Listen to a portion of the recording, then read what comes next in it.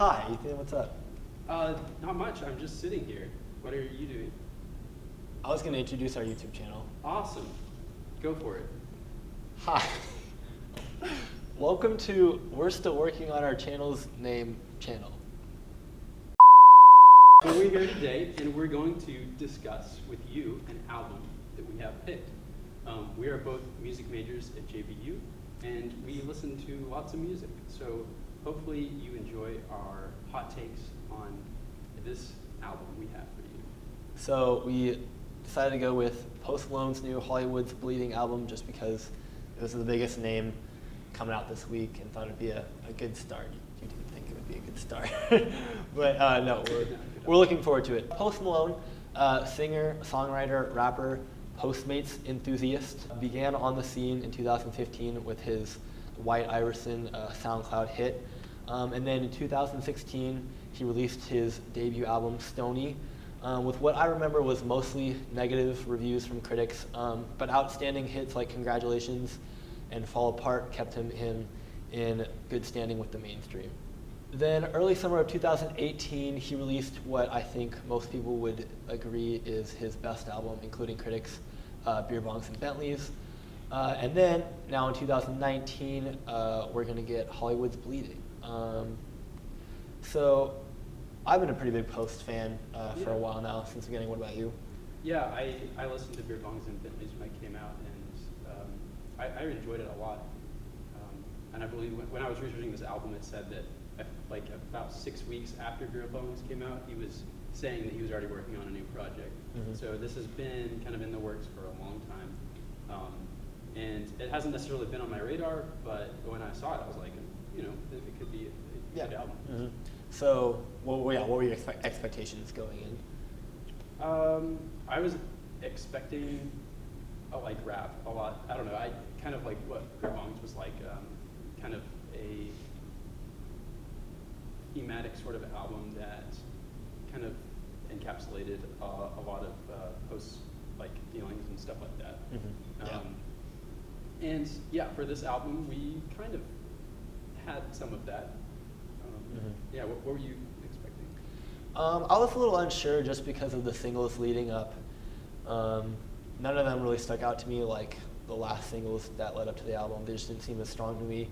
I did like Circles. I thought it was a little different. I think I liked it, but it made me a little uncertain of his sound going in. It was just so far away from what he had done before. I wasn't sure what we were going to get. It sounded like a Tame Impala song. Yeah. Like the indie band. Like it sounded like an indie song. Yeah, he was definitely going for something a little more indie and different. And then another thing that kind of worried me was I think we get best Post Malone music whenever he makes summer jams, summer hits, stuff like that. And so since summer had already passed, I was kind of uncertain where he would go. But we did get a couple of fall vibes, I felt, on this, and so I was really encouraged by that. So yeah, I didn't really love this album at first listen, but it's growing on me. But I still don't think it's better than Beer Bongs and Bentleys. It's a much moodier album, thematically, obviously. He is giving us his take on the toxic state of Hollywood and what he thinks now that he's been able to step away. I read that he actually moved to Utah in order to write this album and get away from all that. And I think he does an okay job of keeping this theme running throughout the album, but at the same time he doesn't really dive into the concept that much very deeply or bring anything terribly new to the table that other artists haven't really said before. But I still appreciate that was the mindset and the angle that he brought to it. And so I just think it could have been more cohesive. We talked about that a little bit earlier, and we'll bring to it later, but you could just put this album on shuffle and it wouldn't really make much of a difference, which isn't bad. It's just kind of, as far as like what makes a fantastic album, listening through it, or listening the order all the way through is just kind of, mediocre. To me, it sounded like a collection of kind of underdeveloped singles. I did appreciate his kind of reaching out to other genres, just some of the features on here, or some of the instrumentation he used, a lot of his own guitar playing and stuff like that. But it didn't carry over to an album format that well. I think it was more of just like, here's an idea, no overarching concept. Also, a lot of it just seemed like copy paste of like other pop music. I didn't feel like it was his own sort of vibe he was going for. I do think that's kind of the trend now, is like rappers, they just kind of like, there's a list of like subgenres they kind of have to hit, and he's been doing this. I mean, this is kind of post formula. He just kind of, puts his own little take on, whatever trends are happening right now, which I don't think is terrible. I think he does it better than a lot of rappers, at least in my opinion, because he sings and he brings more to the table than a lot of other artists are. He separates himself in that way. So notable tracks, first off, Hollywood's Bleeding. I think we both agreed it was a really solid start. It's a good track. There's a lot of different kind of ideas, and I enjoyed the fact that he's introducing a concept of this album. Yeah. But I don't know, besides the first track, like the concept wasn't really there. And I like the concept, and I also like the different like beats he drops. Like this might be 3 times where it like completely stops and then it changes. And I love that. It kept me interested in this song. Yeah, exactly. I agree. The build and the drop really, kept you interested. I especially enjoyed the last beat switch up where it goes from trap drums to finishing with like a regular, drum set. Yeah. And it does really, just like you said, a fine job of setting up the theme of Hollywood's Bleeding. I think the writing was, did its job, and in a creative, typical Post Malone way. Moving on to the next song, Saint Tropez. I personally thought it was a pretty fun, trap banger where he flexes a bit, but the writing definitely didn't, the bars just didn't stick in the way that he probably intended them to. But I appreciate that he doesn't take himself so seriously, even though it is a flexing song. And you can tell with lines like the Abercrombie Fitch line. Oh, like, yeah. We all know he doesn't have abs, but so it's fun. But the rest of, especially that first verse, the lines just didn't stick. Except the Batmobile line was that was kind of clever. That was a solid line, but the rest of it just kind of missed. I didn't really. I think the verse he dropped was okay, but like as far as the chorus or anything, it's not a tune I came like away from humming or anything like that. It wasn't in my mind outside of this. I think it'll do well in the clubs. I think it'll be fun for that kind of stuff. I'll probably play in the car. Yeah. I don't think you will. The next track is Enemies, which Featuring the baby. I didn't enjoy this song at all. Not.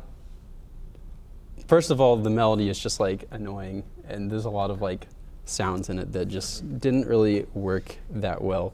No, I kind of agree. It was a pretty generic beat, and the song does contribute to the whole theme of the album of like fake friends and the bad state of Hollywood, how people just kind of want to take, but it doesn't really add anything to the conversation new. And it's not that it's a bad song. It's just kind of like nothing new, nothing that makes you want to go back to it. Yeah. And the baby feature just did. I think it he's proved himself in other, like his hit single Suge was pretty good, I thought, but he just didn't really fit here in that. Yeah, the leaves metaphor wasn't The great, leaves. and then he just kept going with it. And speaking of features, I think we both agreed. As for me, I felt the features on this album compared to the previous two were just less selective. It was just kind of more of a grab bag of like big names in the industry right now. Instead of, and that wasn't the case every single time, but I think instead of finding artists that really matched well with that song or that topic, they've got to be on this album. Yeah. It'll sell more, sort of. Yeah. Yeah, and that kind of goes along with the whole, this is just a collection of singles vibes rather than like this is his project, like this is his mind. I don't know, I think he's a pretty personal, especially when you read his Spotify comments. I think he's a pretty, he puts work into it, it's pretty personal, but just not anything like huge overarching themes and connected ideas and stuff like that. So I think Enemies is probably one of the weakest tracks. Yeah. In my opinion. Next we got Allergic. It's probably the most unique cut on the record, sonically, sound-wise, is very interesting. Along with Circles, those are both his, most diverse sounding. And this was one of those where I thought it was just kind of a fun, catchy fall vibes. Yeah. I really liked his vocal performance on this one too. It was pretty good. Kind of let him shine in that way. Yeah, I agree. I did really like the next track, Yes, 1,000 Bad Times. It was man, I would listen to this one like anytime. Mm-hmm. It has a really catchy melody. It's in my head right now, actually. I'm just singing it like Yeah. silently. And I also really enjoyed the beat to it. It was just a really well done track. I also liked how he kept changing up sort of the textures in it a lot. I agree. Yeah. I just think this is one of his strongest cuts, just because this is kind of right up his alley. This whole heartbreak anthem thing is just kind of what he does. Especially he established himself that way last album, I think. So he just, a handful of these cuts really stick in that, heartbreak anthem lane that he does so well in. But yeah, I agree that the textures and the instrumentation is really fun. The message and the lyrics kind of threw me off a little bit, and I'm still not super on board with them. They're not like offensive or anything. I just think it is a fairly positive message. He talks about being persistent and not getting too down easily and pushing through 1,000 bad times. Well, like what's one more? But at the same time, in the second verse, he pretty clearly frames it as something he's complicit in. And it's almost as if it's a guilty pleasure, this girl, this relationship that he keeps running back to. And so, I feel like it could have been, a really good, well-written song, if he framed it differently. Because it's one thing to say, bad stuff is going to happen to you, and it's, you've got to overcome it. Or, to admit, like, you know what, I should probably walk away from this, but I can't, because, like, what is one more time, I admire his honesty, and I like how he wrestles with this, this struggle that he has. So. Circles. I think it's another funky fun one. Yeah, this is the song in particular. I was like, this intro sounds like I'm listening to like something off of like Tame Impala's last album. Like the bass line and like the just like the drum sound and everything. It sounds like it's sort of an indie vibe. Yeah. This one's stuck in my head right now. I like this song. It's catchy. It's a good song. Die For Me. Next, we go back to the more of the trap banger sound. This is probably my favorite trap song on the album, despite its repetitiveness. Probably not something I'll go back to a ton, but I wasn't terribly excited about the Halsey feature when I first saw her name. Like I said, when a lot of the features just kind of seemed like bigger names that he just wanted to add. But she really surprised me, especially like when I read the verse. I was like, okay. Even though this is still about G-Eazy, I was like, she kind of went off. So it was a solid. It was one of my favorite features on this album. Really, yeah. I think. I was surprised. I think she even did better than Future, honestly. Yeah. And then the song ends really strongly with all of them singing together. It felt like the most conclusive and complete song, where everything just kind of came together in a satisfying way. Yeah. Next, On the Road is probably like the least enjoyable trap banger.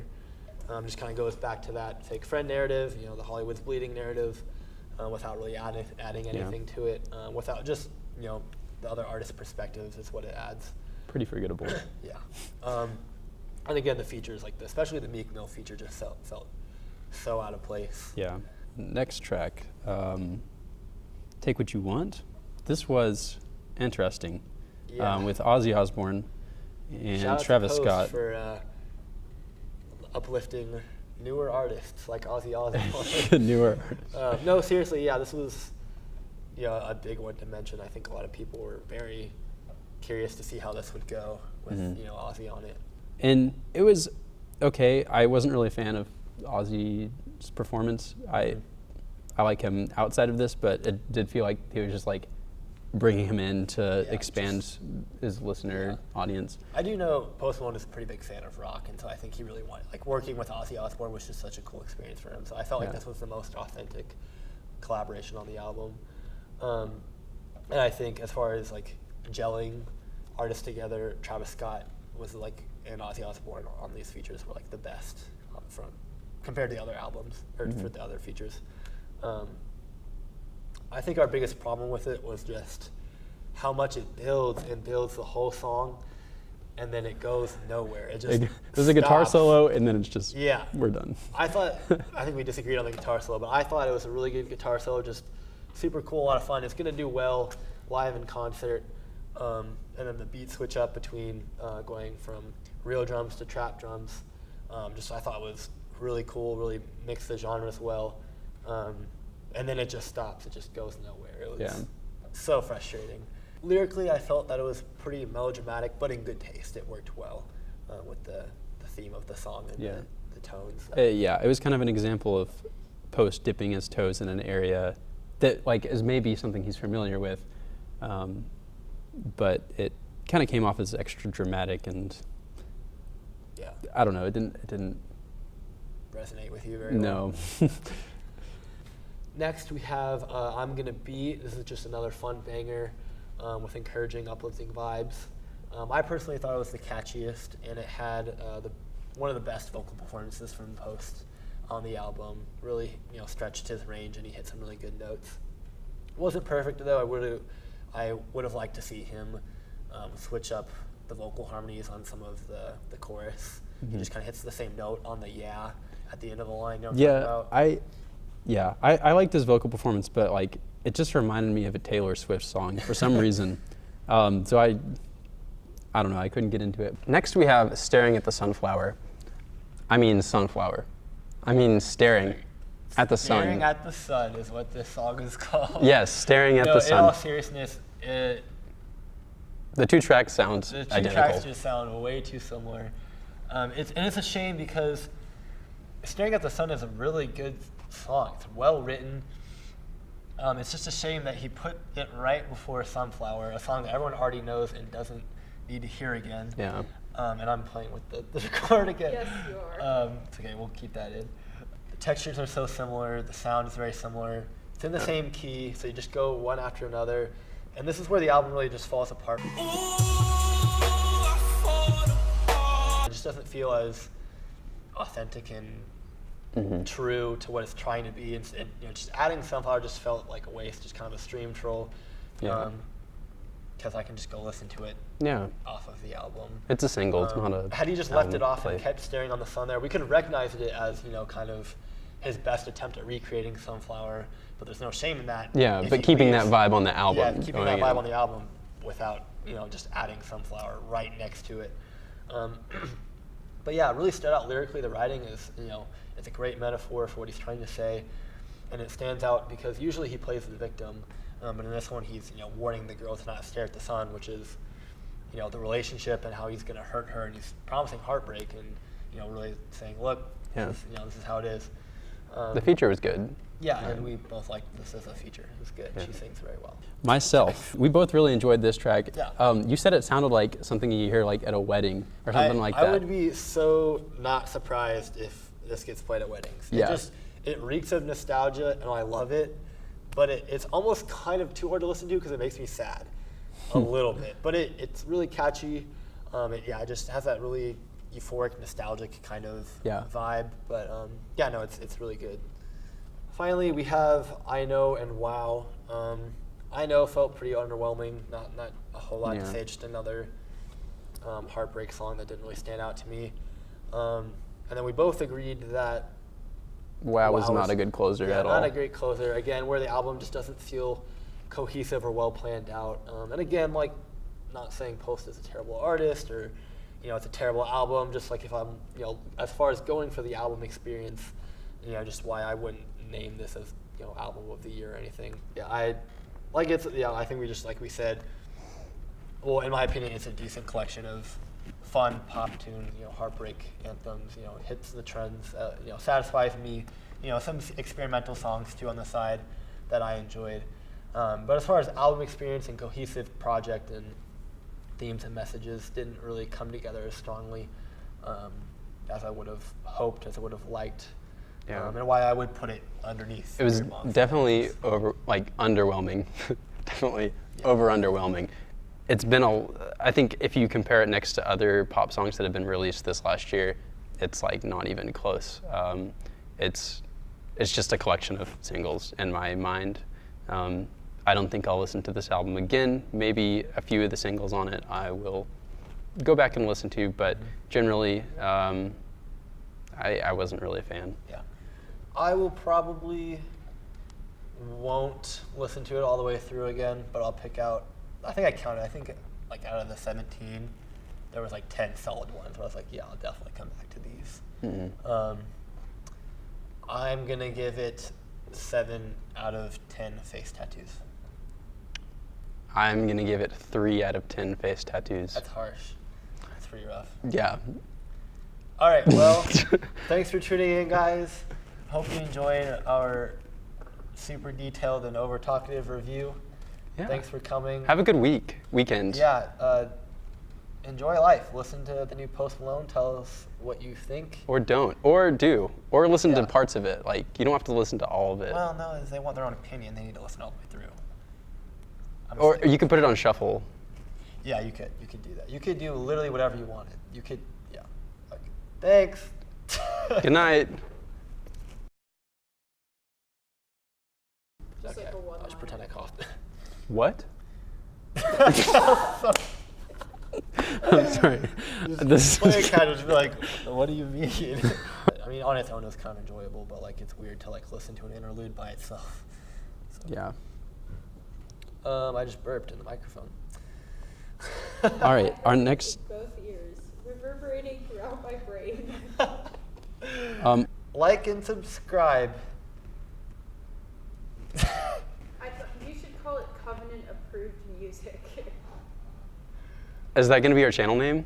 It'd be hilarious. We should. No, don't actually. We should do it. Covenant approved. That might be like 2 JBU though, because like if we want to expand, you know, like If you, the yeah, audience. if you want to take it beyond graduation. Yeah. Am I supposed to look directly in your eyes? Yes, look me into my Okay. eyeballs. Okay. Our next track is Goodbye, which I think is pretty forgettable and we can skip. It's still Covenant approved. Hey guys, Covenants we for need life. help on a channel name. So if you have one and suggest it to us, that would be fantastic. Yeah. Please comment, like, subscribe. Share. Then hit the reload button so we get more views. Yeah, but just listen to the first 30 seconds so we get monetary. Play a new Cash. fun drinking game. Every time Ben plays with his cord, take a shot. But if you're at JBU, don't, because then that's not Covenant approved. I feel good about that. Yeah, that was good. I'm